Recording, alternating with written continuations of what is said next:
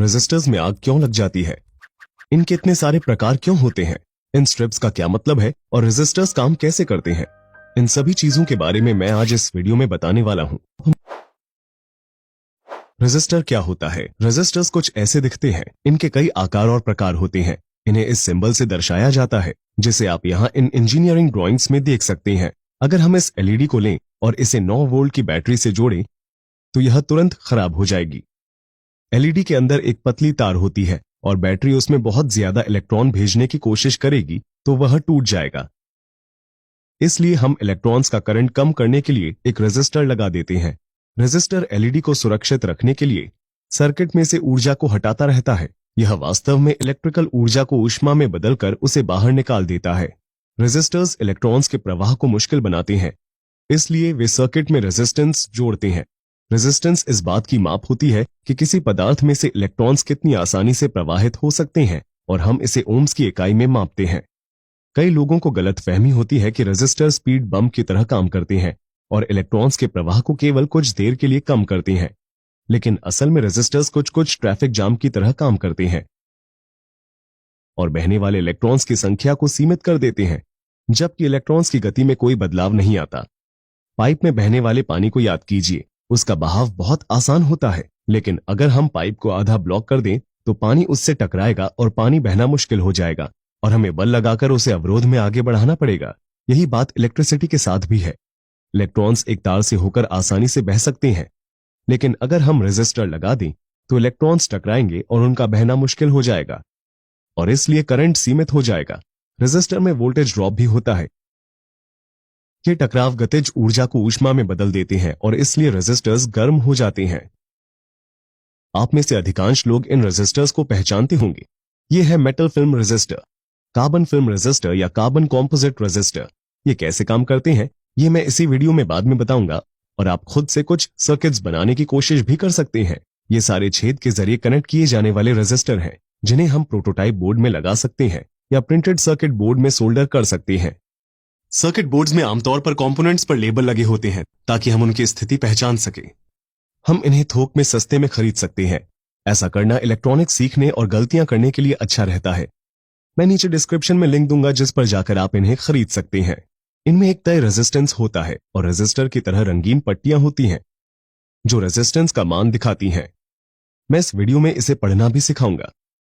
हमें एसएमडी या surface mount device type के रेजिस्टर भी मिलते हैं, जिन्हें कॉम्पैक्ट सर्किट बोर्ड्स में इस्तेमाल किया जाता है।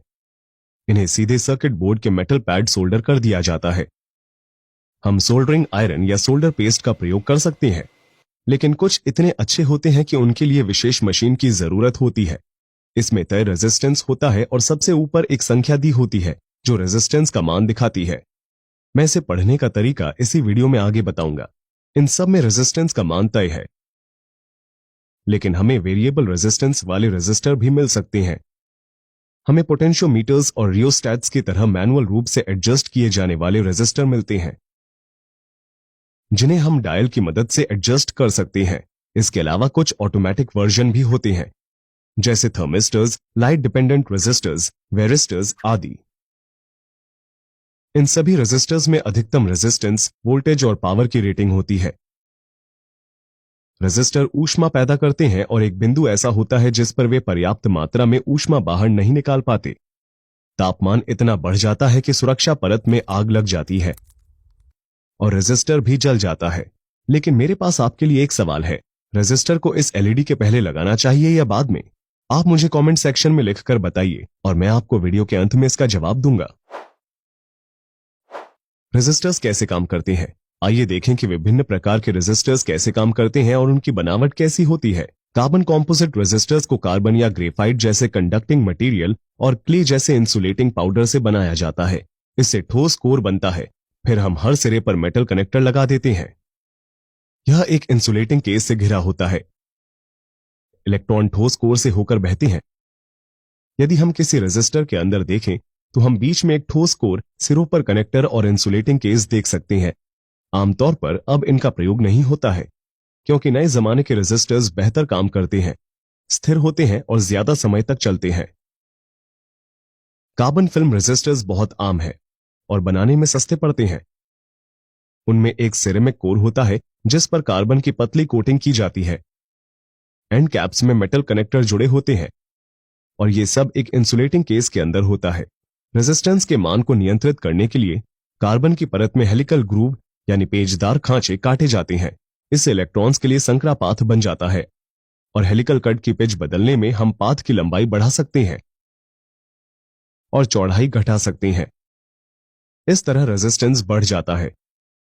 इन उदाहरणों में हम साफ देख सकते हैं कि 1 ओम रेजिस्टर के खांचे छोटे और पाथ चौड़ा है। 1 किलो ओम में लगभग 3 घुमाव है और पाथ पतला है और 1 मेगा ओम रेजिस्टर में लगभग 5 घुमाव है और पाथ बहुत पतला है। इसलिए रेजिस्टेंस बहुत ज्यादा है। यह कई आकारों में उपलब्ध है।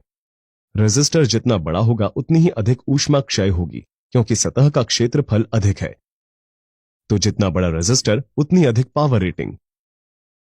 इन रेजिस्टर्स पर आमतौर पर 4 पट्टियां दिखती हैं जो रेजिस्टेंस का मान दिखाती हैं। पैकेजिंग पर रेजिस्टेंस लिखा होता है या इसे तुरंत मल्टीमीटर से मापा जा सकता है। हालांकि कभी कभी हमें इस चार्ट में मान ढूंढना पड़ता है।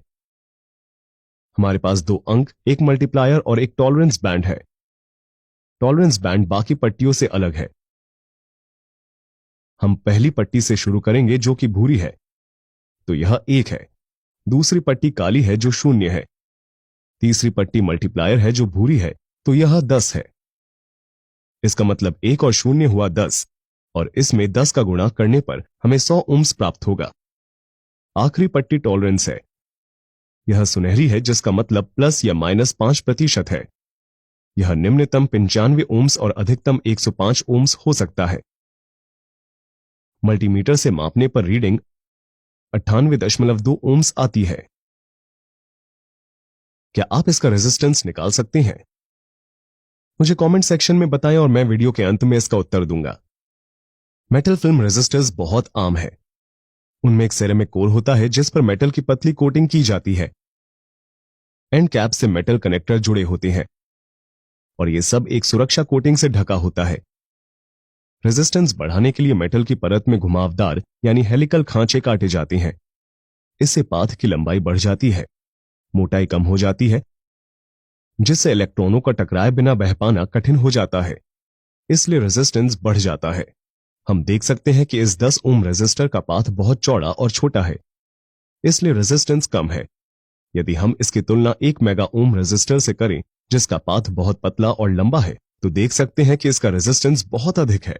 इस तरह के रेजिस्टर का टॉलरेंस अधिक होता है और स्टेबिलिटी अच्छी होती है। इसलिए कार्बन फिल्म या कार्बन कॉम्पोजिट की तुलना में इन्हें अधिक पसंद किया जाता है। हालांकि ये थोड़े महंगे होते हैं। ये कई तरह की पावर रेटिंग में उपलब्ध है। आकार जितना बड़ा होगा रेटिंग उतनी अधिक होगी और यह उतनी ही अधिक ऊष्मा निकालेगा। रंगीन पट्टियां रेजिस्टेंस दिखाती हैं और इस वाले पर अक्सर 5 पट्टियां होती हैं। पैकेजिंग पर आमतौर पर रेजिस्टेंस लिखा होता है या हम मल्टीमीटर से चेक कर सकते हैं या फिर हम इस चार्ट में भी मान देख सकते हैं। हमारे पास 3 अंक, एक मल्टीमीटर और एक टॉलरेंस बैंड है। पहली पट्टी नारंगी है जो 3 है। दूसरी पट्टी भी नारंगी है मतलब 3। तीसरी पट्टी काली है जो 0 है। इन संख्याओं को एक साथ लिखने पर 330 बनता है। चौथी पट्टी मल्टीप्लायर है जो काली है और यह 1 है। 330 को 1 से गुणा करने पर 330 ओम्स होते हैं। पांचवी पट्टी टॉलरेंस है जो भूरी है जिसका अर्थ है प्लस या माइनस 1%, तो यह 327 से 333 ओम्स के बीच हो सकता है। जब इसे मापता हूं तो 329.9 ओम्स प्राप्त होते हैं। क्या आप इसका रेजिस्टेंस निकाल सकते हैं? मुझे कमेंट सेक्शन में बताएं और मैं वीडियो के अंत में इसका उत्तर दूंगा।